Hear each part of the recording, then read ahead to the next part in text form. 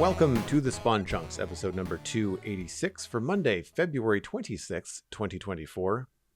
The Spawn Chunks is a podcast all about Minecraft, available across all major podcast platforms, including YouTube. If you're enjoying the show, consider subscribing wherever you're listening to this. My name is Joel Duggan, and joining me, as always, is the readily packaged Pixel Riffs. Hello, sir. Hello. Yes, we've been talking about receiving packages and getting older and enjoying fine wines. In the render distance, that's the extended version of the podcast. You can find that at patreon.com/thespawnchunks.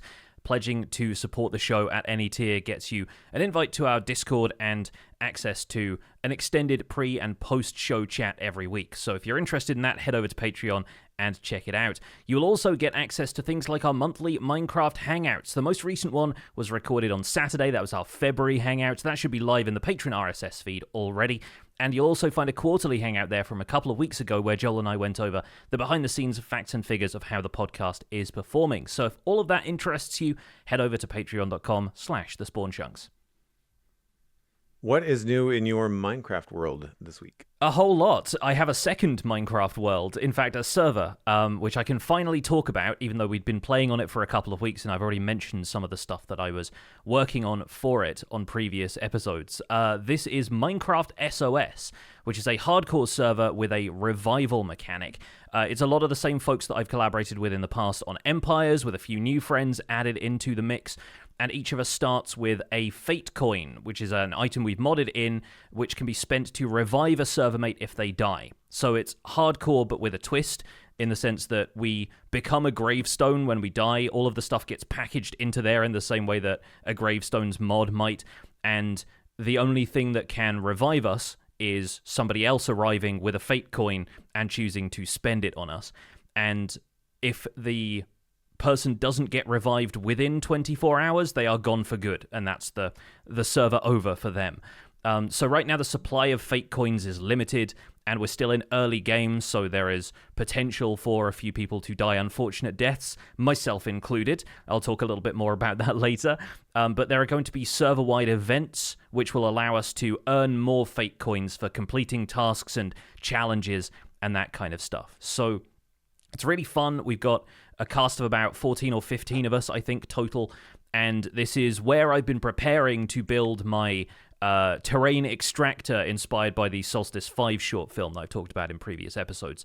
And so far, I've dug down about 20 layers of a sparse jungle biome that I found relatively close to spawn, but it is fairly tall terrain, and I'm trying to dig this all the way down to the bedrock and then reproduce it in the sky as though a giant starship grabbing mechanism has come down and taken a core sample of the Minecraft world. And so that's going to take a very long time, especially since right now, so that people don't make too much progress, we don't have access to the Nether. People haven't been able to go in and get, anything to progress past overworld kind of early game gearing up, which also means I don't have access to beacons yet. So having dug out the entire area, I've been doing all of that with just the most efficient diamond tools I can. I'm also challenging myself to play without mending on those tools, although I can put mending on other equipment, just not the stuff that I'm using for the dig.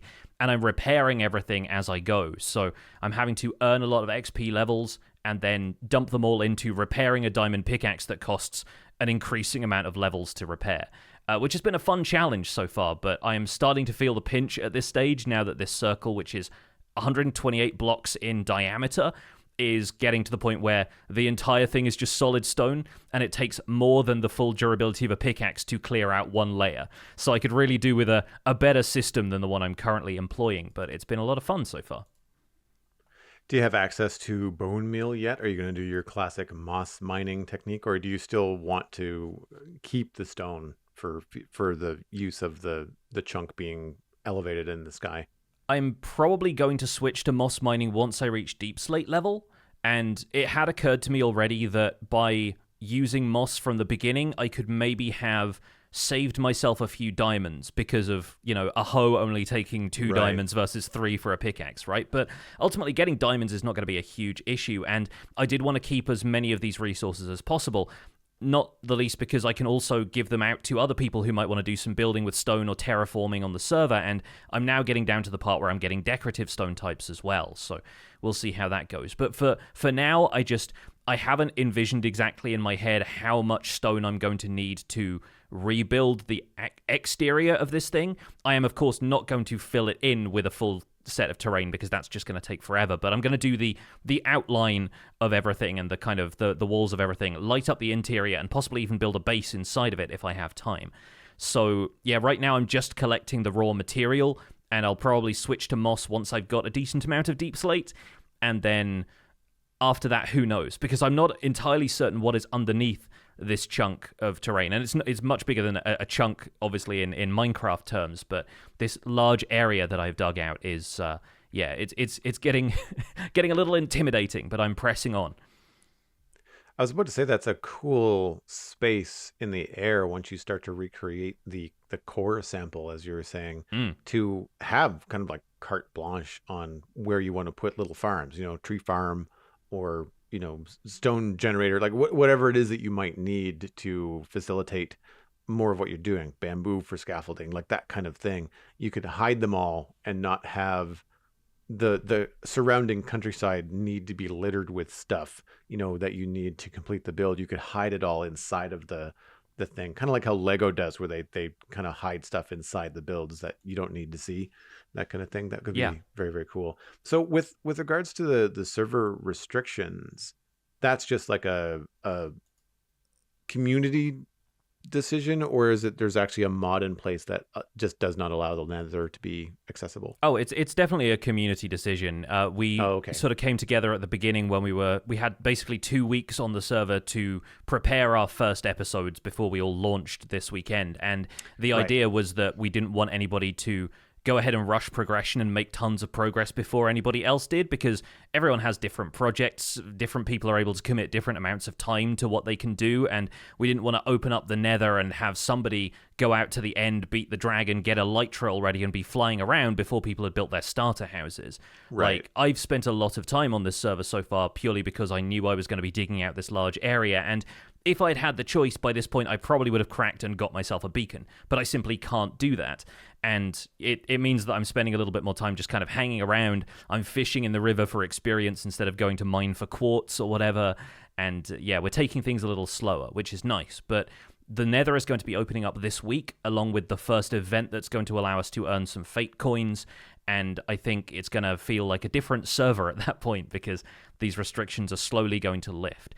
It obviously means that I think the end is going to be opened up at the same time, but this is all stuff you can configure from just the server properties in the console where you set up all your server settings. So like lighting a nether portal does nothing at this point. It's not necessarily even a modded thing. It's a vanilla property that we can just toggle at will. What mod are you guys using for the fate coins? Is it similar to the mod that they use on Hermitcraft for the stamps and the hermit permits and stuff? Because I see a lot of custom models and custom things happening, and I'm curious as to what mod people are using for that. That's a question you would have to ask Fwip, because he works with a team of mod creators now and has done since the second season of Empires, when we were having custom models for different stuff. When we were able to imbue our essence of our empires into like horses, for example, to transform them into like the dodos that I had and that kind of thing. That's sort of a mod that was coded for us by some talented folks in the community, and the same has been done with this gravestone mod. The model was made custom. The unlocking mechanic with the fake coins was a custom thing as well. I don't know if this exists in a form that anybody else can download right now, and I'm not certain if there's a plan to distribute it after the events of this server, but it's a custom-made thing, which is amazing because it means we get something to our specifications and we don't have to compromise based on just whatever's out there and cobble together something that feels more like a mod pack. This still feels like a very vanilla server. Aside from the revival mechanics and stuff, there are no content mods affecting gameplay yet. And I don't think there are any plans to do that besides just, performance stuff. And that's beneficial where you're relying on the server to function from a content creation standpoint. And if something is not working with the mod, or something is needed adjustments made on the fly to better suit what you wanted to do, where your flip whip is working with a mod creator, that can happen. Whereas I'm experiencing the opposite problems on the Citadel, where I've got this tables and chairs data pack that hasn't been updated, and I've got the a couple of other mods that just aren't updated for 1.20.1 even. I've got a crash that happens. And I mean, I could also just stop using the mod. It's not essential. It's a UI animation thing. But it's one of those things where like I don't have control to update it. And if I did, I would just update it and move on. But I don't. I'm relying on other people to either do it. Maybe they've lost interest. Maybe the mod isn't supported anymore by the person that created it, or there's no one to pick up the mantle. So I found that has been a point of frustration on the Citadel. And it's one of those things where I can understand when servers that are heavily modded, like something like Hermitcraft, reset every year or two because, well, one, they do that for a number of reasons. But one of the things would be there might be better solutions out there. There might be more up-to-date solutions out there, and you're not stuck. Whereas we on the Citadel are coming up on 7 years, and we don't want to reset the server, but as we move forward and we start to bring in data packs and mods here and there, it means that we are like, what happens if a mod is no longer available? And or like, for example, if I was to give up the armor stand data pack and use a mod for the armor stands, like, do I still have to have the old armor stand data pack loaded? Are they all going to disappear? Like, I don't know what that means if I have to get rid of it. And it's not just me. Like, I have to have that discussion with 4 or 5 other people to say, like, hey, how often have you used this data pack, or how often have you used this mod? Because it's now no longer working. So you might have to figure out a solution for part of your build that might not be working. Usually with mods, we try to stick to UI and performance mods, so that gameplay is really not affected that much. It's more data packs that I find affect gameplay. Yeah, but after a while, it starts to feel like you're working on an outdated car, and like you just got to replace all of these parts with like third-party pieces and bits and pieces because they don't make your car anymore. And before long, you're like, should I just buy a new car? Like, should it? It just becomes like something that you have to start either tinkering with yourself or finding solutions that could be abandoning this entire project or converting it back into a vanilla server from a modded one and going from there. But yeah, there's so many little things. So Minecraft SOS is designed to be a relatively short-term project by virtue of the fact that people are going to start dying at certain points, and we are going to need more coins than it is possible to collect in order to revive everybody. So I expect that this server will be concluded by the time Minecraft 1.21 comes out anyway, simply because, moving the server forward into a newer version isn't necessarily going to be practical. But I'm looking forward to seeing what we do in the meantime, because there's a bunch of very talented folks on there, all with very different approaches. Most of them have built a house at this point. I have dug a hole, and I mean to continue it. But it does mean that I can move on to more technical stuff in the survival guide as well. So I've been doing recent episodes on organizing my ender chest and setting up flower farms and just kind of working on smaller bite-sized projects when I've got this massive sort of build thing in motion on Minecraft SOS. And I can do a bunch of multiplayer stuff and hang out and hopefully get some people to help me dig this giant hole. But then it's moving me away from doing large-scale projects in Survival Guide for now, just so that I have the stamina to keep up with what I'm doing on the server. The other thing that I'm glad to have to dip into every so often is Minecraft Bingo, because I introduced a few people to it recently, and a couple of them are still playing it like on stream every so often, and I still dip in. I dipped in on Thursday just because SOS was in the process of like getting all of our episodes ready, and I didn't want to start anything big and new in Survival Guide. So I played a few rounds of Minecraft Bingo, immediately beat my personal best solo time, and now I have to beat a time of 22 minutes and 18 seconds to gather 25 items. So that's going to take some beating, I think, but for the moment I'm still maybe like 50 seconds behind Bruno Danuai's time, so I'm maybe going to dip back in there here and there, but that's been my week at least. How's your week been, Joel? Well, speaking of tinkering, I've been spending some time on the Western Cliffs, which is actually the namesake for West Hill. This big mountain on the western front is how I named the town. And I've been wanting to make some changes to it for a while, and as we've been going around the valley and changing the rivers and just tweaking the landscape on the other side of the river to have it look like a scenic landscape as opposed to kind of default Minecraft a lot of the time. I've moved on to tackle this mountain. Now, the good news is that it's actually pretty straightforward. I'm basically just replacing some of the dirt blocks, all of the diorite and granite that kind of shows up. I'm leaving some of the andesite because sometimes that looks kind of cool, like a different kind of mineral deposit or whatever. And I'm just replacing the dirt blocks with stone. And then those that have snow on them, I'm just replacing them with a snow layer. And the idea is to keep the overall shape of the mountain, which is pretty cool. It's as it stands from a early Minecraft gen, pre Caves and Cliffs update. It's pretty cool looking. I just don't like the dirt block there, and I've started a little bit. I'll share some screenshots, and you can kind of see like the right hand side of the mountain on the lower part has been changed a bit, and then the left hand side has got the dirt, and you can see the proof of concept is like I think it's going to look a lot nicer once the stone goes all the way up to the crest of the mountain. And I'll leave some dirt and snow at the very top because there's also some trees up there, and it's going to make more sense for them to have some dirt and grass around. But that's what I've been focusing on, and it's not difficult. It's just a little time consuming and a little bit awkward, I guess, just because you have to kind of fly up and scuttle along a cliff's edge and then make some changes and then drop down 4 blocks and do the same. And so I've fallen off a number of times, and the Elytra is getting a workout. I went through a couple stacks of rockets the other day just on a 2-hour stream going back and forth.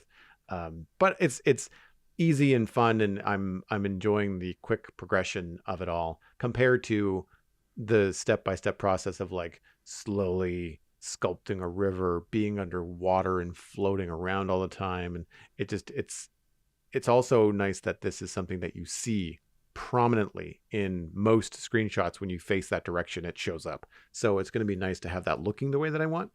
And it goes down to the Spruce River, which actually borders right on the west part of Westill. So in a way, most of this riverscaping section has been done already because the town side is done. It has like little wharfs and docks and secret entrances and staircases and all that kind of stuff is all there.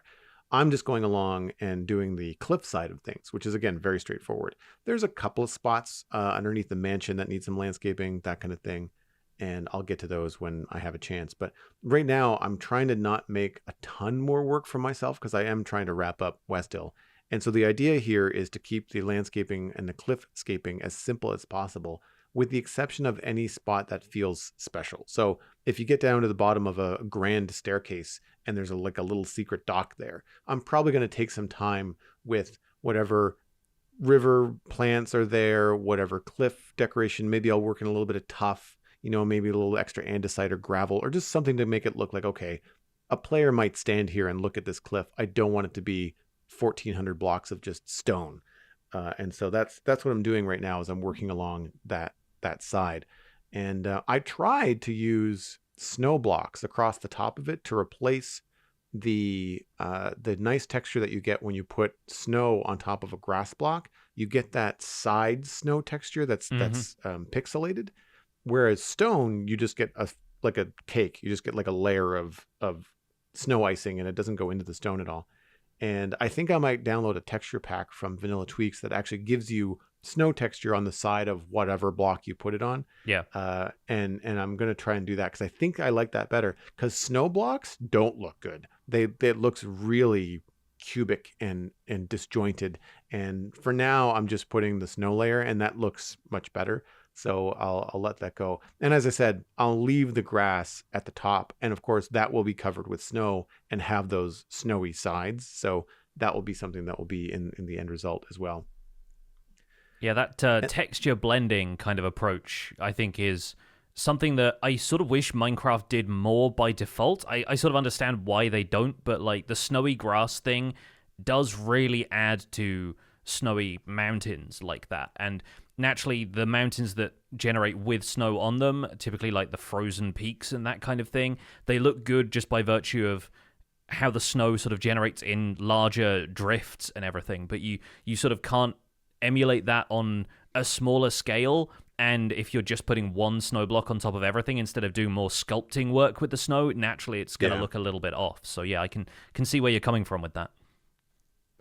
And there are going to be a couple of sections that will require some finesse and some work. I finished one of them earlier in the week, and that was with the stone curtain wall of West Hill meeting the stone cliff in the west.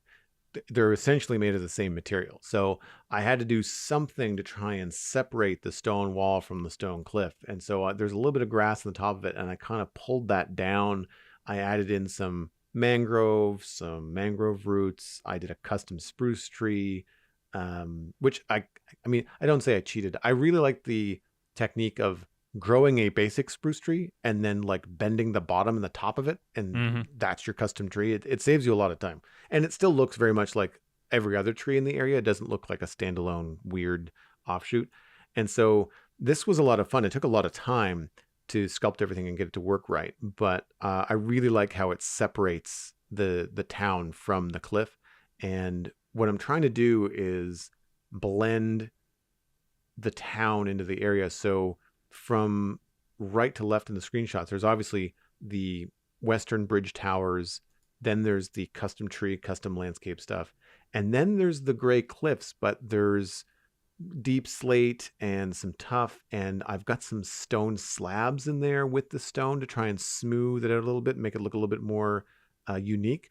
But then on the left side, as you start to get up towards this giant mountain, it goes back to default Minecraft, just blocks. Yeah. And so it's this nice transition of not having a hard line between where your custom building starts and your world generation starts.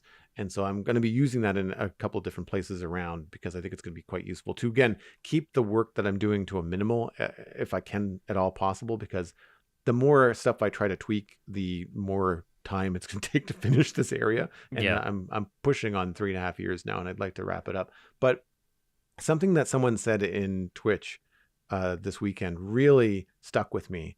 And the idea of what I'm doing, they said, was akin to old school matte painting for movies like Star Wars and other fantasy films before all the CG stuff. Yeah. Someone like a matte painter would create this giant vista that, through the lens of a camera, if positioned in the right way and lit the right way, would just look like this imaginary mountainscape that would go into the distance, or, you know, a castle in the background, whatever it was.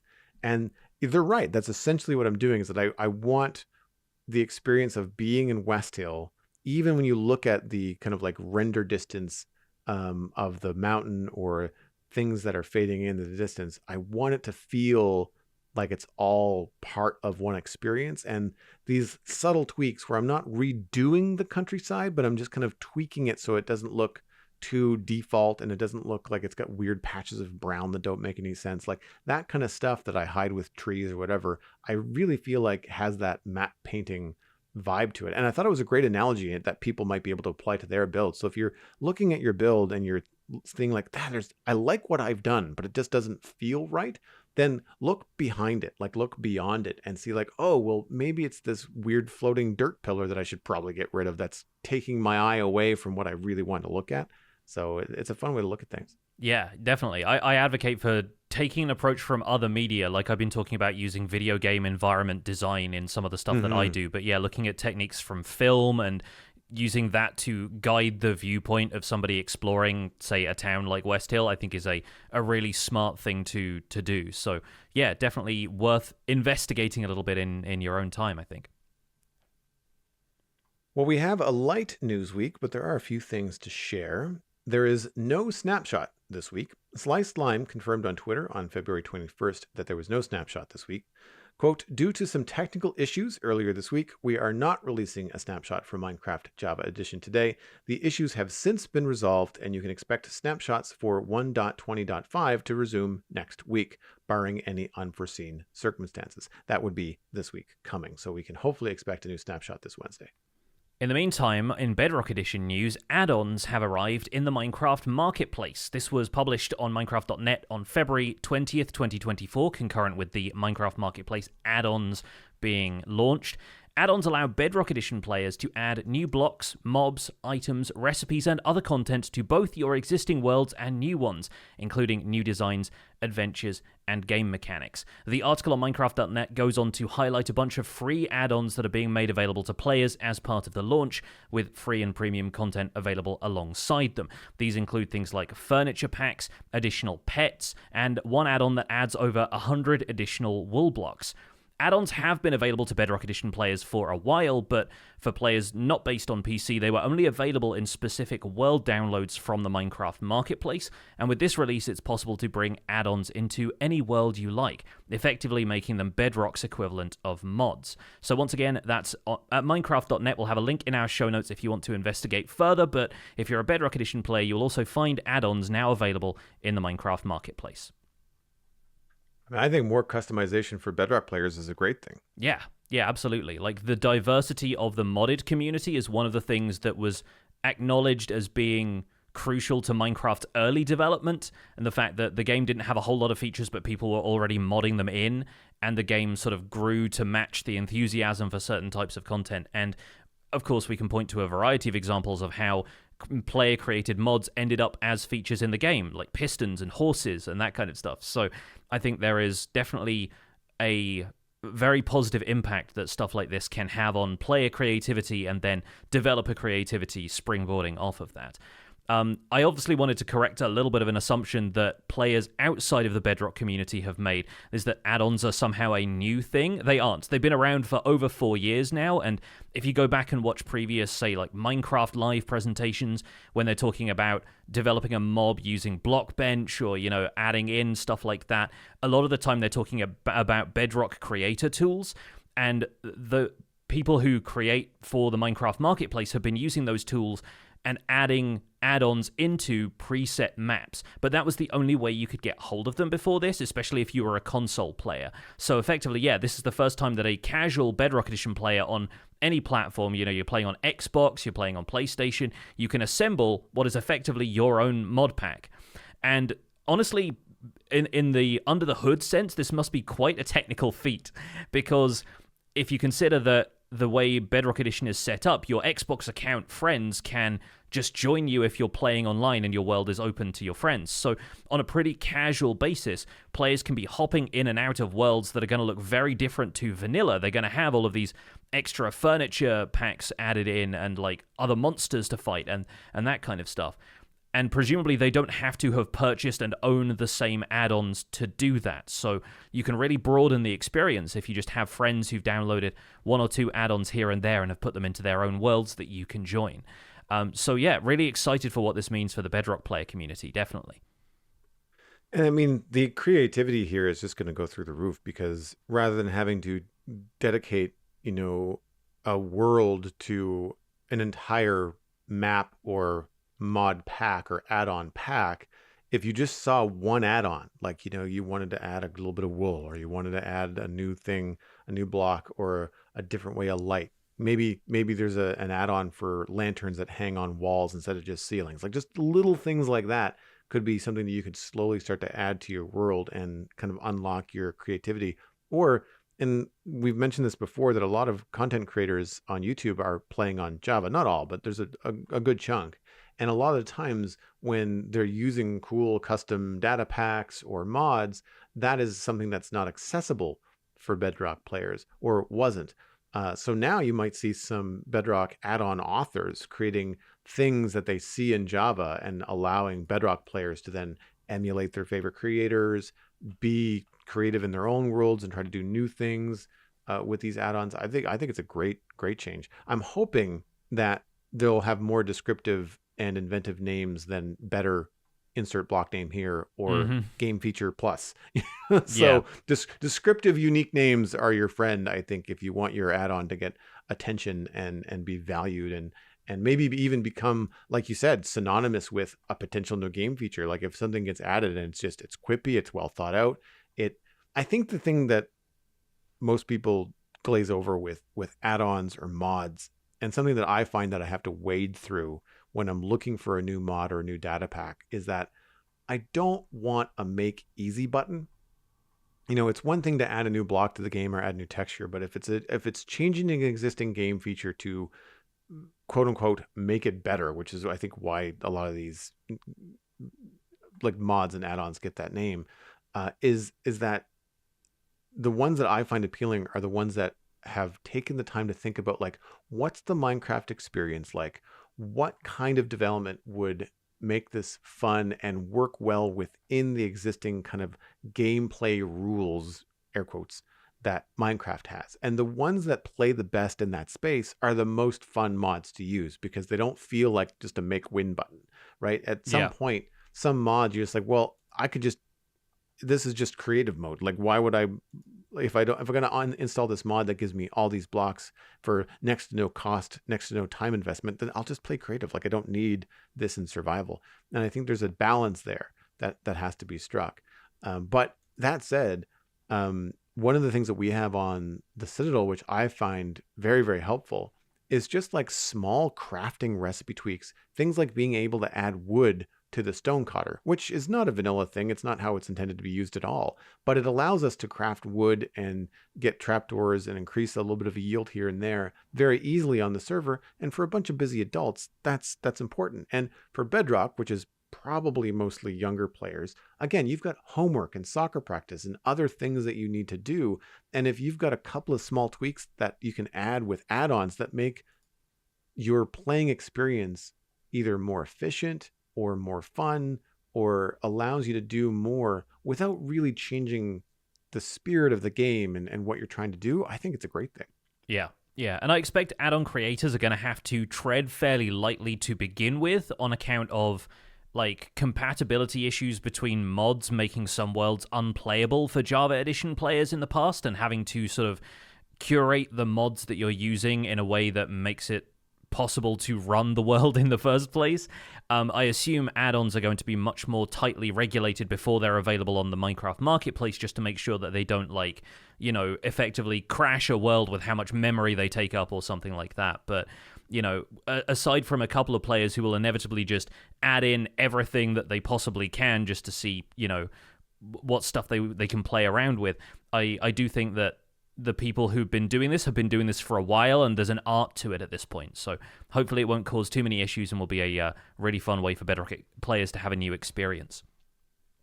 Moving on into emails this week. If you'd like to email the show, the email address is spawnchunkmail@gmail.com. We've got a couple of emails here from our listeners. The first one comes in from Toogie Fox with the subject of a floating islands biome. Dear Joel and Pix, Minecraft used to be known for its crazy terrain generation, floating islands, sand arches, etc., but in recent years it feels like the game has become less and less exciting in that respect, as Minecraft terrain is trying to become more real. I feel like this is a shame. Exploring new worlds in older updates was exciting when you came across weird and wonderful terrain, and something about it triggers the imagination. I've always felt generated floating islands are an inherent and instantly recognizable part of the game. What about introducing a floating islands biome? Hovering above plains or off the tips of mountain peaks, floating islands could be a really cool way to help inspire more fantastical builds and bring the end game progression back into the overworld. Floating islands could be a wealth of new building materials. I also envision generated structures that help explain the floating island's story, as well as a new flying or gliding mob like a flying squirrel. These resources would be difficult to access without having the ability to fly, so you can lock amassing large quantities of new building materials behind a tech tree that requires going to the end. Curious to know your thoughts on Minecraft's floating island legacy and your opinions on whether or not it's worth preserving. Toogie Fox fell to his death after trying to ride an Archaeopteryx. So I picked this out because I've never liked the way that Minecraft terrain generates floating blocks or chunks of landscape. We even had some chunk errors on the Citadel very early on that had like 16 by 16 chunks of like skyscrapers like pulled out of the ground, sort of like what you're doing on purpose on SOS. Sure. And it always just feels like a game error to me. It doesn't feel like it's part of Minecraft. I think part of it is because like I didn't click the exploded landscape button in the terrain generation, right? And I think that floating islands designed as a biome could be very, very cool, especially because we know now vertical biome separation is a thing since caves and cliffs. You've got dripstone caves, you've got lush caves, and having some sort of floating island biome would be really, really cool. It takes the kind of RNG, Minecraft distribution for terrain generation and allows something unique to be built in the sky, whereas previously that would have to be built by hand by a player if they wanted something. And it could be really cool if you had different biomes maybe mismatched or juxtaposed over one another. So imagine like a flower forest floating island biome over a desert, sort of like a floating oasis, or a cherry grove or a jungle floating island biome over an ocean. Like you'd have some really cool contrast. That blue and pink with an ocean and a cherry grove would be very, very cool. And that kind of stuff I find very appealing about this idea. I feel like you'd be able to get to it regardless of whether you had wings or not. I don't think it would deter anybody from just gathering a bunch of dirt or some scaffolding and just like, oh, I want that, and go straight up to it. Yeah. So I don't think there's going to be anything gated as far as resources go. People that want to get to them are just going to be able to get to them. And to me, I think the biggest debate or conversation about this is like, does this encroach on the idea of inspiring players to make your own floating islands as a project versus, well, I'm not going to do that anymore because I know that they exist in Minecraft. I'll just go find them instead of building them. And I don't know, like I feel like the floating island project is never something that's been appealing to me because of the just sheer amount of work that has to go into creating them at the size that you'd want them, to have them placed in the air seemingly random in a way that you want them to be. And I feel like we all get excited when we find a really cool eroded badlands or an ice spikes biome that's a cool size or in a fun shape. And I feel like having floating islands like this in Minecraft would inspire more than inspire less. I feel like seeing them, I'd think immediately, oh, what kind of cool things could I build to connect them or build on them or create some sort of like blimp infrastructure to make it look like we could get to them on our own. Like that kind of stuff to me is inspiring. I don't think that the islands would necessarily take that away. How do you feel about a biome that was a floating island biome? Yeah, I kind of fall on the other side of this. I'm closer to Toogie Fox's opinion in that I have a tremendous affection for when Minecraft does something quirky, because it allows Minecraft to feel different from other games that have a sculpted landscape. And naturally, there are going to be artifacts of the procedural generation, the sort of, algorithmically created terrain. And when some of that looks weird, I find it more interesting than the stuff that's all going to look the same. Because, I can't go and see a floating island in the real world. And so that allows Minecraft to feel like a more fantastical experience. I don't necessarily agree that Minecraft terrain is trying to become less wonderful. Less real is, or more real is like an interesting debate, because if you look at the caverns that we have now with the addition of layers below zero, you end up with a Minecraft world that is still very exciting to explore without having to add in stuff that feels like somehow a mistake in the terrain to begin with, and doesn't defy the laws of physics as we know them, strictly speaking, but still has something of that Minecraft flair to it.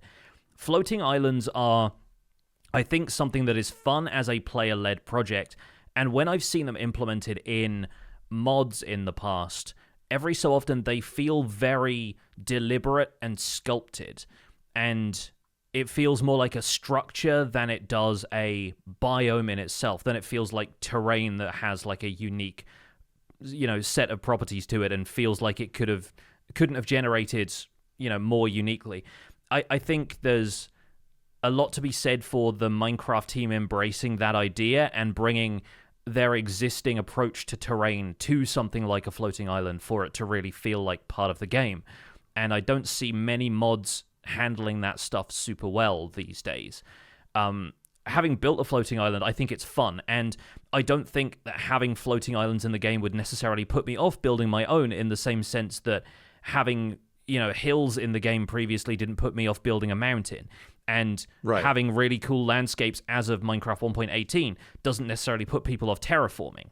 So I think there is still license for more creative players to do what they want, while the players who just want excitement in their exploration could really enjoy finding a floating island biome. The aspect of which I absolutely agree with you is that you can't gate progression behind something just being in the sky. Because, like, if you think about ancient cities, most players probably wouldn't raid an ancient city without gearing up first. You know, it's meant to be like closer to an end game sort of structure, but theoretically it's possible to just find one and loot the entire structure without any equipment. You can get there by just using the shift key and being lucky. So I think there's something to be said for, like, yes, people will go anywhere in the overworld if they have the tools to dig or the blocks to bridge or pillar up or whatever it happens to be. So I don't think necessarily you can put progression there. You could put unique materials, though. You could put unique resources and something that doesn't have to be part of the tech progression, but could be some sort of sky stone that you're only going to find there. I like the idea of unique materials. I think that could be a fun way to make them more valuable rather than just a cool feature like they would have. I mean, and that new feature, if you add the right kind of blocks or the right kind of thing from a game design perspective, and it's usable with other things from other locations in the game. Maybe the floating islands provide some new mineral that's useful in a redstone block or something. It becomes appealing for everybody at that point. It's not just like a fancy floating island. But I like the theme that Toogie Fox was hinting at with some of the minerals being sky related or air related or something to that nature, where maybe they help something float or they create some sort of cloud or anything that you could do to have that theme and have it be sky related. It just sort of reminded me of, I think it's called, it's not Sky Fox, Sky, I can't remember the name of it. It's a comic book by Jake Parker.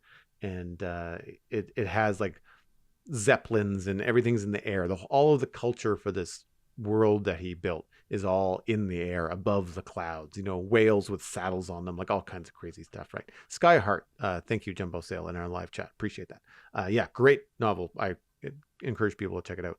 And yeah, it's just one of those things that I just like, that idea of taking a Minecraft theme. I could see an entire Minecraft update themed around like the sky update, you know, like, or the Sky Island update or something like that. I feel like maybe, does Zelda have Sky Islands? I feel like I've seen it in other video games too. Yeah, there's some in the more recent one in Tears of the Kingdom. There's also Skyward Sword, which kind of has a similar, like, the Zelda timeline and the different versions of the game is sort of convoluted at that point, so the different games will have different approaches, but definitely something that it explores. I think the flip side to this, the sort of dark world version of this, if you like, is to go back to the original Sky Island dimension idea and do something like this, but with the floating islands in the end, because the end was originally envisioned as a sky dimension and then became the sort of desolate moon-like situation that we have now, but that still has the floating island concept and proves that Minecraft can do it with their natural terrain generation. It just does it in a very specific biome and a very specific presentation. And so I wonder if there is room to expand the biomes and the flora and fauna of the end into something that satisfies the urge to find something like these more lush floating islands that people are envisioning for the overworld, but in the end dimension in ways that are going to be new and fresh for the player, and not a dimension that players are typically encouraged to build a whole lot of stuff. I've certainly seen people do it, but often they're building things that would look good in the void of space. And having a more natural landscape in the end could lead to some really interesting, creative player decisions at that stage. Our next email comes from Jude B., creating the Bogged. I've been listening to your latest episode about the Bogged, and I was thinking of the relationship to the Stray. A lesser-known feature of the game is that if a skeleton sits in powdered snow long enough, it will change into a stray. What if the Bogged were created when the skeleton sinks in a swamp, similar to how a zombie changes into a drowned? Maybe limit Bogged to only be created in mangrove and regular swamp biomes. I'm curious as to what you think. Jude B. drowned trying to see if he could have moss growing out of his bones. I was curious to see if we'd get a conversion mechanic with the Bogged, and now they've been introduced, I would not be surprised if that's either in this week's snapshot or at least up for consideration with the developers, because I think it would be, very consistent with the mechanics we have. You can also turn husks into regular zombies by putting them in a river, and then they can go from there to the drowned. So I'm would not be surprised. I'm not sure if it's something they would consider limiting by biome, but maybe if there were moss blocks or mud blocks around or something like that, then maybe that's something that they could be like a proximity thing in that way. But yeah, if we can already turn skeletons into strays, I see no reason why logically we couldn't convert the bogged from skeletons too. I feel like it makes sense to me. I don't know why you'd want more of them. I do need to farm poison-tipped arrows, I guess? I still don't know why anyone bothers converting strays when slowness arrows aren't especially useful. And as far as I know, unless I'm missing something, they don't drop more XP than regular skeletons either. So even though they're a slightly different challenge to fight, they aren't necessarily going to give you any more resources unless you just want a lot of tipped arrows for free. But then, poison-tipped arrows might be more useful in a PvP context or something, but I don't ever see slowness arrows being that effective, and I don't use tipped arrows much myself anyway. I mean, the mechanic for the zombies turning into drowned facilitated all kinds of cool copper farms, right, to be created, and that True, was yeah. a cool kind of like fallout of that, but I don't see the benefit from the skeletons. Also, skeletons sink, and correct me if I'm wrong, they don't swim. So zombies, once they turn into drowned, they can swim back up to the surface and try to get you. Skeletons, once they turn into a bogged, if this was the case, once they drown, then they would just stand at the bottom and be of no danger to you unless you went down to the bottom to get them, because arrows in the water don't do a heck of a lot, right? You just have a bunch of skeletons shooting at you from the bottom of a river, and that's kind of all that happens. But I think from a player standpoint, you could probably farm them in a swamp biome and just do that through natural spawning if you wanted to. So if a player is trying to get hold of a lot of them, I don't see the conversion mechanic being too useful. It's really just to farm drops, I think. And so, I don't necessarily see much utility in doing it, but I think for the sake of consistency of mechanics, I feel like it should be a thing, personally. Yeah. Would it be good if they dropped moss at all, like moss carpet or something? I don't know. I mean, I guess moss is so easy to get that you don't really it's so need abundant, so easy to farm already. I feel like if there was another item that they had, then it would make more sense, because again, like, it would just spawn more gameplay. If they had something unique that they dropped, then one, it would be a more interesting variant than what it is, and having this kind of mechanic added to the game would then facilitate, farms or different ideas, or even just say, like, I'm actually not going to sleep tonight in the swamp. I want to see if I can get some of these guys and get some of these drops. Whereas, like, for me right now, I don't intend to engage with them because they have no real value for me. Yeah. Honestly, if you just gave them a different type of bow, it wouldn't even have to work differently, just an aesthetically different bow, I think that'd be kind of cool. Like if they had a bow that was more ornate and maybe made of mangrove wood or something, and maybe then the strays could have like a frozen bow or something like that. And it could be, the sprite could be just different, and then the bow mechanic could be identical as far as I'm concerned. But I think it would just be a reason to interact with those mobs more than we get already if they had a unique drop. Like you mentioned the drowned copper thing, and there's a reason that we interact with zombies and drowned but not really husks, and it's because husks don't drop anything unique the way that drowned do. So I think it's really worth considering that if you want a player to interact with these mobs more, a unique drop makes sense, and I don't think the tipped arrows are it. I don't think people are going to care about it that much, except for the purposes of collecting for the sake of collecting. Moving on to the main discussion this week, it is the last episode of February, so it's going to be our February round table. What did you bring to the table this week? Well, I've been thinking a lot about a life without various things. Because of the first couple of weeks on Minecraft SOS, we agreed on some restrictions beforehand. Some of them are self-imposed on my part, and it's highlighted a few things I didn't really appreciate about the game before. Like, have you ever played a game of Minecraft where you haven't been able to access the Nether? Or have you ever done sort of like a survival challenge of sorts where you try not to go to the Nether for as long as possible? Or have you always seen the Nether as just an inevitable part of the game and something that's like a means to an end? I've never cut myself off on purpose the closest that I've had has been playing Skyblock, where I had limited resources, limited blocks. The Nether was something that was far away because you had to kind of work yourself up to getting there. I think in the version I played, I had to get myself over to the various islands around the Skyblock world and then gradually unlock access to other things. Mob drops, like all that kind of stuff was slow going. I didn't mind it. I found that building in all of the same material was a little bit boring for me creatively, but I liked the technical challenge of like, wait a minute, like I don't have anything here. Like I can't just go get iron. Like I have to wait for stuff to drop from mobs and things like that. So that's the closest I've had to, I think, gating that kind of thing. The only thing that I can say on the Citadel that's similar is that we don't play on the Nether roof. Yeah. So we know it's possible.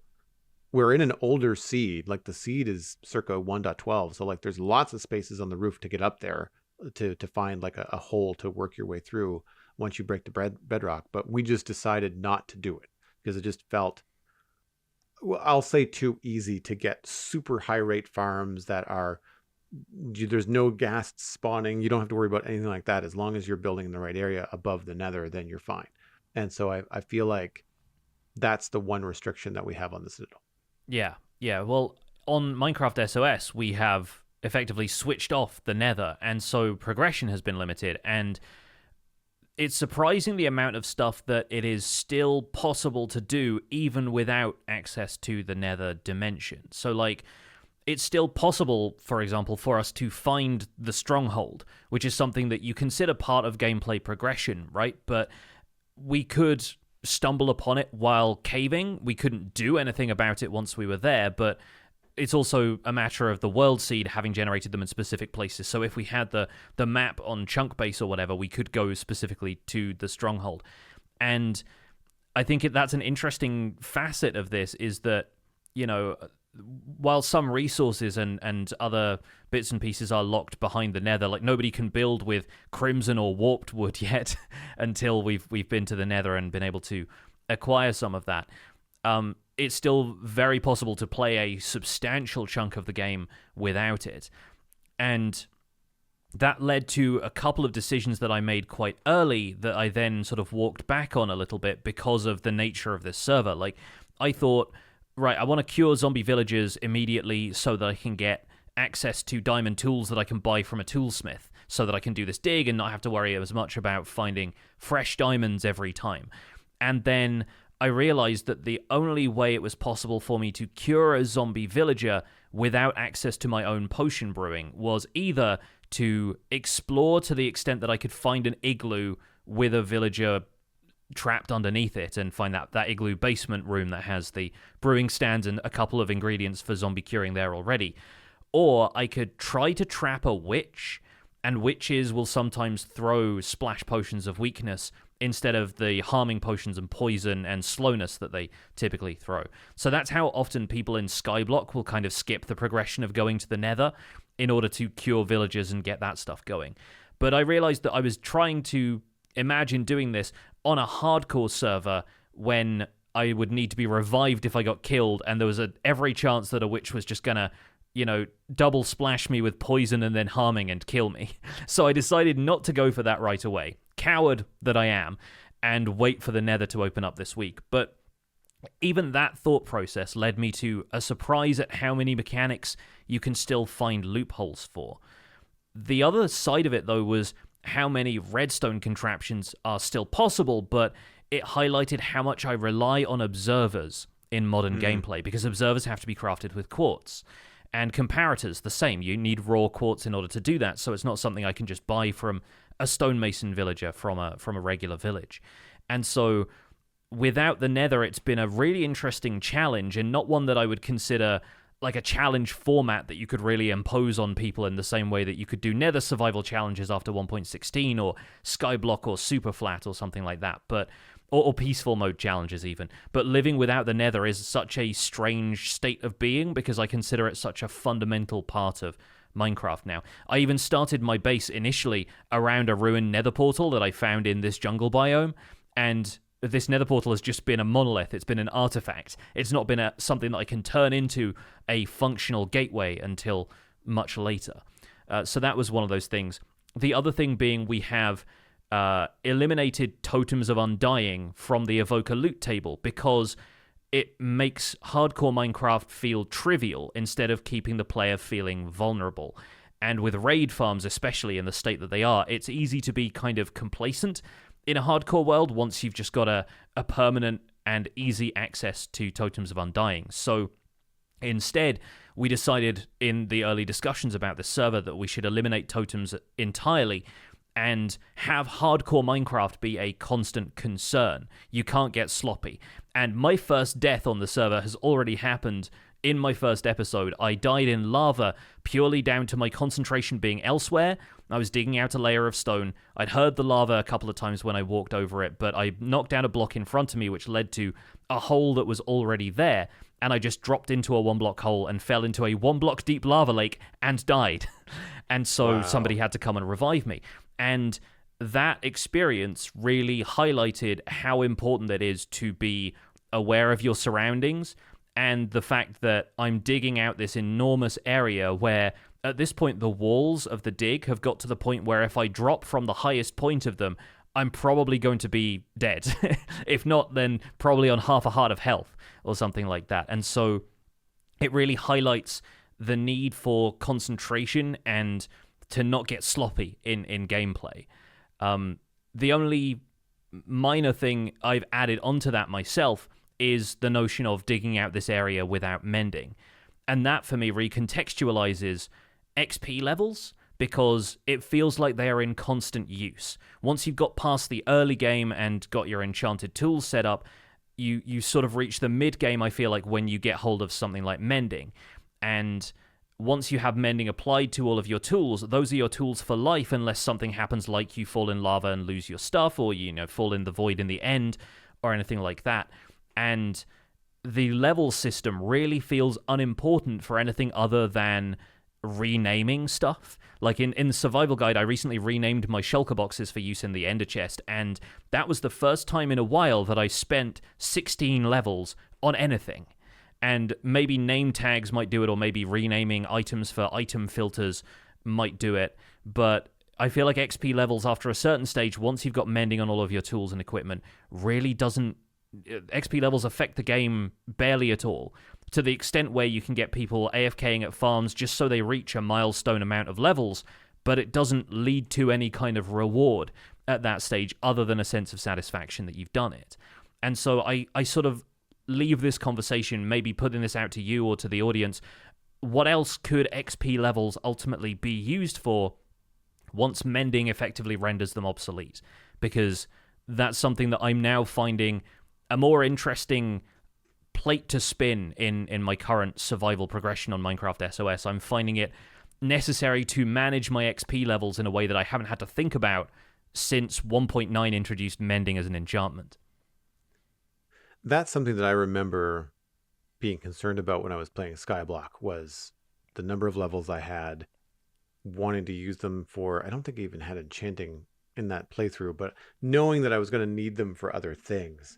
And even if it was just repairing items on an anvil, that kind of stuff. And it's interesting how playing with those kind of restrictions makes you hyper aware of some of the modern conveniences that are in the game.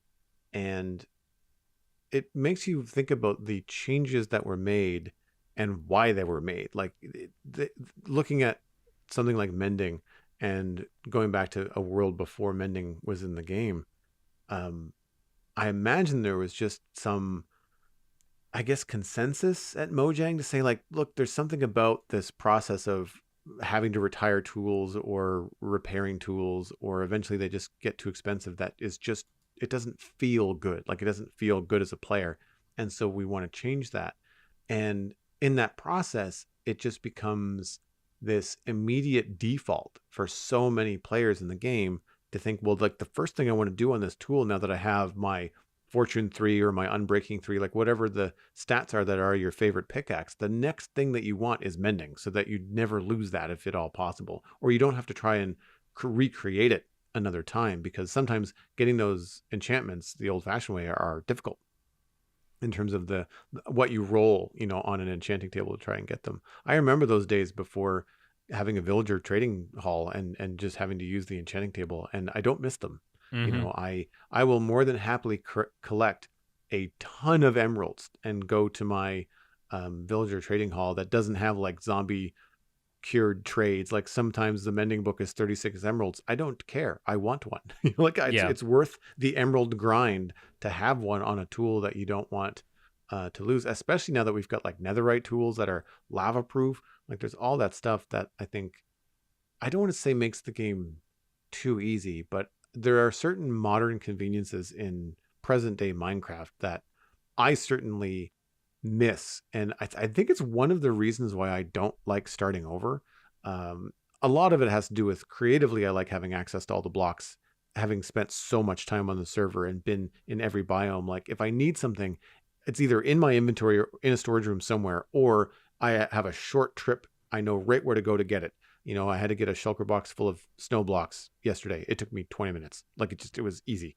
And that kind of access, I think, is the other thing that I miss. But I also would miss things like the tool progression and observers and stuff. That's an interesting observation, if you pardon the double the double word there. But like I was thinking about that as you're talking about it. I'm like, man, like your sugarcane farms, your pumpkin and melon farms, your flying machines, like there's so many things, and you can still do some of that stuff. You can still have pistons that are on a timer and break your sugarcane on a specific timer, like etho hopper clock, that kind of stuff. Yeah. Although those might use comparators. They do really use remember. comparators, yeah. So that's another consideration. I could try and raid an ancient city to get comparators from underneath the central portal, but I don't know if I want an etho hopper clock that badly. That bad. So yeah. yeah, there's a lot to think about there. And yeah, the sugarcane kelp farm idea, like somebody in my stream chat the other day asked, why don't I build a kelp farm to get XP instead of, fishing and smelting stuff? And I said, well, how am I going to detect when the kelp is grown? Because I won't have observers. And so, yeah, there's so many little things that have a knock-on effect, and we take for granted having, easy access to the nether for the rest of the time that just doesn't really occur to you until you don't know what you got till it's gone kind of thing. And with mending, with the villager rejig, the sort of trading rebalance being still a hot button topic now, and people are still wondering, is it coming to the game, is it not, have they decided against it? I have got the impression now that Mojang has decided the villager rebalance is worth keeping in mind, but we do need to do something about rebalancing enchanting and repairing mechanics to that's the main point of feedback I think people have had about the villager rebalance, is either that people don't want to explore, or they think we should be able to keep tools and repair tools for longer and not be left with this penalty or this complete wall against repairing stuff and combining the stuff that we already have, and that enchanting should be made more accessible if villager trading is going to be less accessible.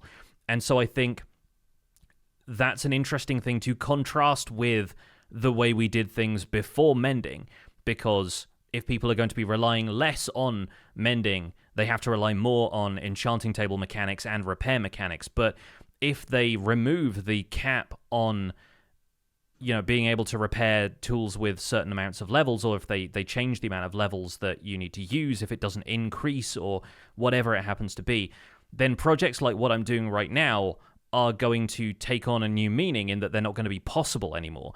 Because what I'm doing when my tools get too expensive to repair is I go and bury them.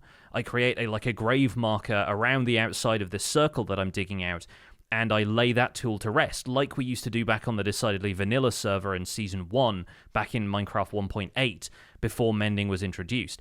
And it felt like each tool took on a significance, and it felt like a loss when you could no longer use it, when the durability was completely depleted. And I want to recapture that feeling, especially considering this is a hardcore server, so we're going to be trying to limit player deaths, and they're going to take on a different significance. I thought, why not have tools take on that level of significance as well? And at this stage, I think it's really interesting to look at the tool repair mechanic is something that maybe is no longer going to operate the same way it does in future, and I'm sort of making the most of that while I can and giving it meaning and significance while I have the option to do so. I really like the way that Minecraft SOS is set up. And I mean, tip of the hat to you creating this huge project on a hardcore server, because that's Yeah, it's not ambitious. something I would do. But again, like, I bet you're really glad that it's not a regular hardcore server, because you would be done. Yes, You would yeah, be dead already. I would have dug out maybe 10 layers of this thing, and then people would have to deal with the fact there was a big hole in the ground right there, and that would be it. Yeah. There would be no further significance to it. So yeah, I'm hoping that my project is interesting enough that people will want to see it completed badly enough that they feel like it's worth reviving me later when these coins get more scarce. And I love the fact that it's not you using the coin to revive yourself. You have to get somebody else to do it. So it's their coin that they're spending to save your life. And then you kind of owe them a res, like the next time that they die, they're like, hey, Pix, remember when I saved your bacon an hour and a half into the server? Yes. or 20 minutes into your first episode? Like, let's balance that out, because I'm currently unalive at the moment. Yeah. And I think that would be a much more pleasant way, still with peril. Like, I would still be walking around with my butt puckered on a hardcore server, even with these rules in place, because I wouldn't want to die all the time. Yeah.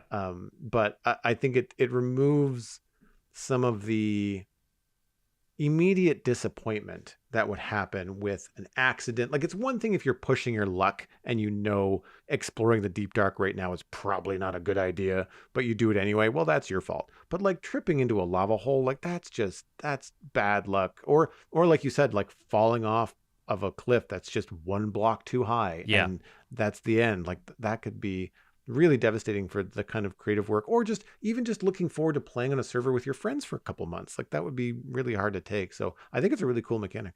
Yeah, and I'm very, very happy that I just managed to fish up a Feather Falling 3 book that I can apply to my boots, which now have Protection 4 as well. So I did a bit of enchanting earlier, and I'm very happy to finally be getting my armor into a position where it could save my life if something similar like that happens again. But that's really what's been on my mind, and I'm curious to hear what the community thinks. But let's move on to your topic and what you've brought to the roundtable this week. So something that I've been thinking about a lot lately has been moving on. As I'm wrapping up some of the final tasks around West Hill, and not necessarily putting off finishing it, but certainly looking forward to moving on. And I've noticed, just like as I've been watching other creators, as I've been watching different films or media, reading different books, my Minecraft inspirational imagination has been drifting off, and I'm not thinking about medieval builds. Like, I'm thinking about new stuff. I've mentioned before the sci-fi area that I want to work on the server. I'm definitely thinking about automated farms and utilizing the crafter. I'm even considering putting a data pack on the server that brings the crafter in early ahead of 1.21. I really want to break off and do some more colorful builds. It's not like West Hill has got no color. There's certainly some unique pieces in there, but by and large, it's gray and brown from the outside. And seeing the kind of things that Etho is doing on Hermitcraft, or some of the colors that I see in other creators' work, and I'm just like, man, I really need to start exploring some of these new blocks that have been added into the game over the last little while. I've used a little bit of cherry blossom stuff, but like not much, and so it would be nice to kind of branch out and really get into some color. And I'm actually concerned that this new sci-fi area will gravitate towards neutral colors like gray and white, and various textures that have the sub blocks that lend themselves to the kind of shapes that you would see in a sci-fi area. Curves, circles, cones, wing shapes, like all that kind of stuff. So I want to try and figure out a way to get past that. And so I'm racking my brain thinking about, well, it would be a fun challenge to bring some very bright colors into a sci-fi area, thinking like Marvin the Martian and like Duck Dodgers and those old 50s kind of sci-fi things like the Jetsons and how wild and colorful they were. But all of those ideas also come with a lot of curves and a lot of subtle shapes that are difficult to do, because we don't have those sub blocks in things like concrete, terracotta, stained glass, wool, whatnot. And so I'm just trying to think about what is going to be the best approach. And because that's been on my mind, what I wanted to bring forward was, I don't know how often it's talked about how long people that play Minecraft might let ideas percolate. Specifically, maybe people that our listeners might look up to, like people from Hermitcraft, people from Minecraft SOS, yourself. Just these big ideas, these big plans for a server, these big plans for a build.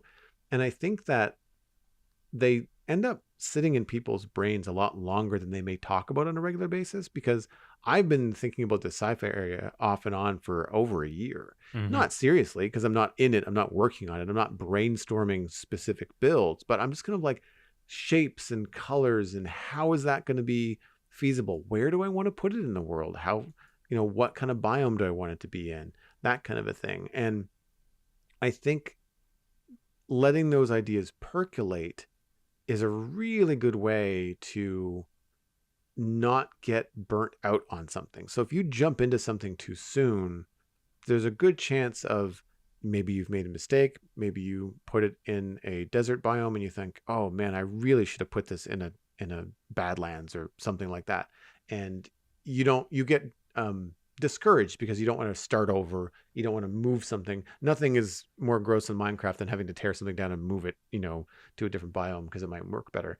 And I feel like that kind of thought process of letting these ideas percolate and form and bounce around in the back of your brain as you're watching a cool show on Netflix, or as you're reading a graphic novel, or as I think you have a new architecture book, like just those kind of things.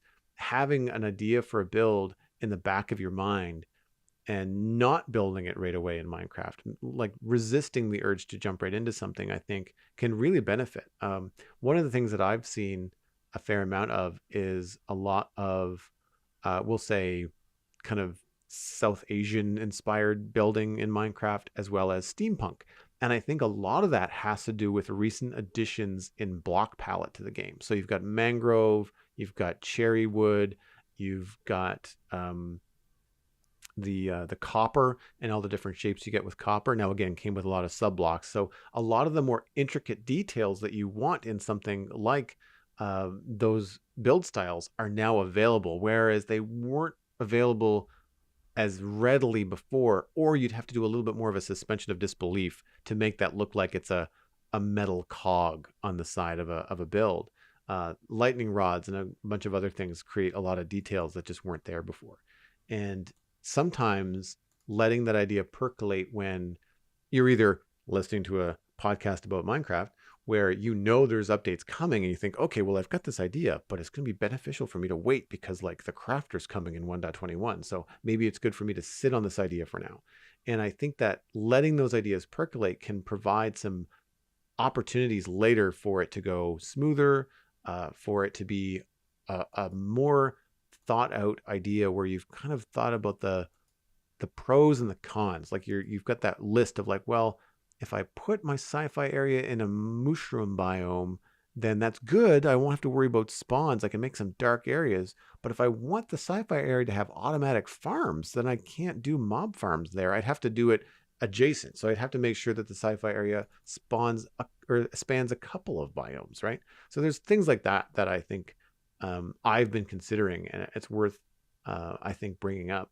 And then lastly, because I tend to think big and I don't necessarily want to lock myself into another 3.5 year project immediately after West Hill, the last thing that kind of came into my mind this week was about a palette cleanse, about quite literally, if I can't figure out a way to bring the color shift that I'm feeling I want right now into the sci-fi area, then I think the best thing for me to do would be to not jump into the sci-fi area and do something else that would be super colorful. Maybe that's, fixing up some of our nether tunnels and adding some color designs in there that just don't really have any rhyme or reason other than just fun. Whether it's doing some new area or going back to the modern city and creating some different things that have color. Or maybe it's not building at all. Maybe I need to do things like repeat killing the dragon and creating a new a permanent end island area where we don't have to worry about the dragon destroying anything anymore, and we can just be done with that and move on. And I think that having that palette cleanse between projects, whether it's literally a color shift in Minecraft or just a different style of gameplay, a different style of building. Maybe that's not even something on the server. Like you play bingo a lot. And I think that that's maybe a way to continue to play Minecraft, but not burn yourself off on mining and building. Like you can still get your Minecraft fix, but it's a completely different mindset and a different way to kind of exercise your skills in the game. And that kind of stuff I think is really important because it allows the thinking ahead, allows those ideas that you have in the back burner to still be there. Like you're still thinking about a floating island and your ship build while you're playing Minecraft Bingo, not necessarily at the forefront of your mind, but if something happens in Minecraft Bingo that then inspires something that you could apply in the Minecraft Survival Guide, then it's harder to do that if you're not having some slow thoughts, some long burning thoughts in the back of your mind creatively. And I think that it's important to have both. Like sometimes it's great to have an idea to jump into Minecraft and just like fire something in there and get it, in block form and enjoy that inspirational boost of energy. But then also sometimes for these bigger ideas or ideas that you can't quite figure out, it's nice to kind of have them bounce around a bit because you just never know where a solution to something is going to come from. Yeah, absolutely. I mean, on the subject of the palette cleanse stuff, you were talking earlier about the potential for adding in 1.21 content to the Citadel early. So looking at the crafter and copper blocks and tough blocks and stuff. So if you want to combine that with revisiting redstone stuff and adding those into your previous farms and whatnot, you could very easily do that. Or, yeah, take another look at what you need. Take inventory of all of the stuff that you have on the server already, and I find technical projects are really good palette cleansers for build projects, because so often build projects aren't just about the materials and the build style, they're also about project management. You're also toting around all of the shulkers with different blocks and, going back and forth to different locations, and if you want to break from that and not just a break from the same colors that I have to look at every day or, the same architectural styles, if you're getting burnt out more on the organization than you are on just the building, then I think that's an important thing to acknowledge and something to step back and look at. Doing something of a different discipline than building can really be a good reason to do that. Plus, once you've built a farm, you often want to make it look pretty, and so that's where you can maybe throw in the splash of color that you're looking for, and then allow those sci-fi ideas to speak for themselves a bit later, so that if it needs colors that feel a bit more neutral, then you've had that palette cleanser in between. I think that's probably a healthy way to approach that problem. I can't remember what it's called. I think it's called Solar Punk. It's kind of an anime art style, and that's kind of what Dartmouth Meadows, the original spawn town on the Citadel, is like, where you've got these like wooden barns and there's like a red barn for our sheep farm and all that stuff. But then the actual redstone farms are bright, colorful, very glass and concrete-y kind of looking things. But then they've got log flumes for the material collection. Like our sugarcane farm has got lime concrete across the front of it. The wart farm has got red concrete and red glass everywhere. And they were really fun pops of color. Pumpkin farm, of course, bright orange. And I feel like that kind of stuff would be a good way to get some color in there. Because any farm that I've done, that's kind of how I go about it. It's just immediately, it's like, oh, good, I get to do redstone, and then I get to use colored glass and concrete and just make something really bright and kind of garish, but it's going to work because it's a farm. Like, it's meant to be this functional machine. It's not meant to look like part of the natural world at all, right? Mm-hmm. Yeah, but I like the idea about making stuff look sustainable in the real world sense, which is kind of the ethos of Solarpunk, is having like renewable energy at the core of everything and allowing green space to creep into things which can just feel architectural. And I think that's a really interesting philosophy to bring into Minecraft, where a lot of the resource stuff is sustainable. Like, a lot of the renewability of things allows for you to live in this sort of post-scarcity state once you've amassed enough resource farms and everything. So there is room for that philosophy to intersect with Minecraft in quite a harmonious way. So I like that as a concept. Looping back around to the idea of letting thoughts percolate, I have done this for years, and I feel like it's something that I don't verbally acknowledge a whole lot, but the museum idea that I got in Survival Guide Season 1 for, gathering every block and item in Minecraft and, displaying them all in some fashion.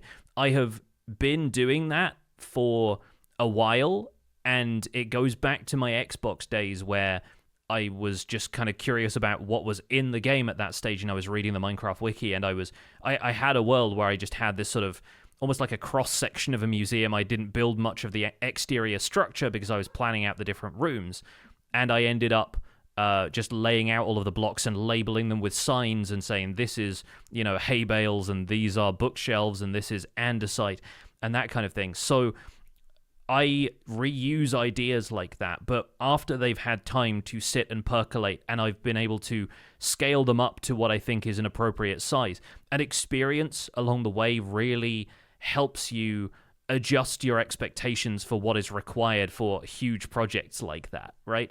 And so I think one of the vital components of letting thoughts sit in the back of your mind and saving them for the future is gaining experience in the meantime and recalibrating your understanding of how much time something is going to take, how many resources something is going to take, to the point where now, with the project I have on SOS, with this large, structure in the sky and it being part of the terrain, I am now at the point where, having gotten used to using Lightmatica, I feel like I can take on something on this scale, and I know what the limitations are, and I know that copy-pasting the schematic into the sky is going to be difficult to look at for a while because of, the amount that it's having to render in ghostly block form. But then I know how to mitigate some of those factors and make it easier on myself. So I think there are levels to which your experience in the interim matters to those ideas that are percolating in the background. But it's something that I've done, and I'm sure lots of people end up doing without necessarily realizing it at the time. There's also that resource collection hurdle. I mean, for you, you're kind of doing it as you go. So you're going to end up with, like, a lot of your tool problems are going to be solved by the amount of diamonds that you're going to find as you're mining through this giant, like 128 block diameter chunk. Mm-hmm. And I think that for me, when I think about that future build, whether it's a sci-fi build or whatever that happens to be, I feel like I now have enough experience where, like, all right, well, the first thing that I want to do, if I don't have it already, is going to be a way to get more of the blocks that I'm going to need a lot of, whether that's moss and something like a solar punk build, whether that's concrete, so gravel and sand. You immediately think, all right, well, I can give myself a palette cleanse and set up a piglin bartering farm so I can have gravel. That kind of thing, I think, that comes with Minecraft experience, like you said, but it can also provide a way for you to ease yourself into and set yourself up for success, because there's nothing more frustrating than having some spark of inspiration and really ready to get going on something and then going, crap, I have a half a shulker box full of concrete and I'm going to need a lot more than that. Yeah. So you have to then put on the brakes and, like, go, grind concrete for hours on end, especially for really large projects when you need a lot of the same block, or for that effect, for that immersion that you might want. Sometimes it can be a little bit tedious. So having any kind of thing like that to set up in the background and set up in an area, it's honestly worth it to rebuild a farm kind of in the chunks that you're going to be loading constantly, to have that be constantly ticking in the background and just provide you with instant refills whenever you need it, just blocks away, right? Mm-hmm. Yeah, definitely. Yeah, it's something that I think about all the time when I'm resource gathering, like providing enough wood for the future of my projects and getting stone, even though I don't need it right now. I know I'll need it in the future at some stage. So you just got to plan ahead for some of those things and make your life a little easier. That's where we're going to leave this episode of The Spawn Chunks, though, folks. You can find more information about the show and links to some of the stuff that we've talked about today at thespawnchunks.com. The music for the show is composed by me, and The Spawn Chunks is proud to be a listener-supported podcast. If you get some value out of the show, why not consider putting some value back in? You can visit patreon.com/thespawnchunks to join our community, where pledging at any level will get you an invite to our patrons-only Discord chat. You can listen to the show live when we record it in Discord every Monday, and we also have our monthly hangouts where patrons can share what they've been up to in Minecraft that month. We currently have 320 patrons, which is steady on from last week. Of course, there is always room for more. Special thanks go out to our content engineer patrons, Hunter555, Jumbo Sale, Mindtrip Media, Party Voyager, and Yitz. Thank you for your support on this episode. Sharing the podcast with your friends is the easiest way to support the show. You can find us at The Spawn Chunks on social media. New episodes are available every Monday on all the major podcasting platforms, including YouTube. Be sure to leave a rating and a review wherever you listen. You can email the show at spawnchunkmail@gmail.com. The RSS feed is linked on the spawnchunks.com, and the patron-only RSS feed is on the Patreon page. That's where we can listen to the render distance, the extended version of the podcast. My name is Jonny, but online I go by Pixel You can find most of what I do at youtube.com/pixelriffs, where the aforementioned Minecraft SOS series has just started and the Minecraft Survival Guide continues apace. I stream 3 days a week on Twitch, where I do behind-the-scenes work for all of my YouTube series. Going to be a lot of digging over there in the foreseeable future. And I'm the voice of the unofficial Hermitcraft recap, which you can find through a quick YouTube search. Aside from that, I'm at Pixelriffs on both Twitter and Instagram. Joel, where can people find you online? Everything that I'm doing online can be found at joelduggan.com, including the Citadel Cafe, my other podcast about sci-fi and fantasy entertainment. Join Jonny and I this week, where we're going to be talking about Avatar: The Last Airbender, the live-action show that's on Netflix. We'll be talking about Season 1. I'm Joel Duggan on social media and Joel Duggan on Twitch, where I stream Thursday through Sunday, mostly building Westhill on the Citadel Minecraft server, but the Friday Lego Let's Chat is back, and I am currently building the Polaroid one-step SX70 camera. It's a long name, but it's a fun little Lego build. Check it out. Thanks for visiting The Spawn Chunks. The world outside is infinite, but we can add on to that.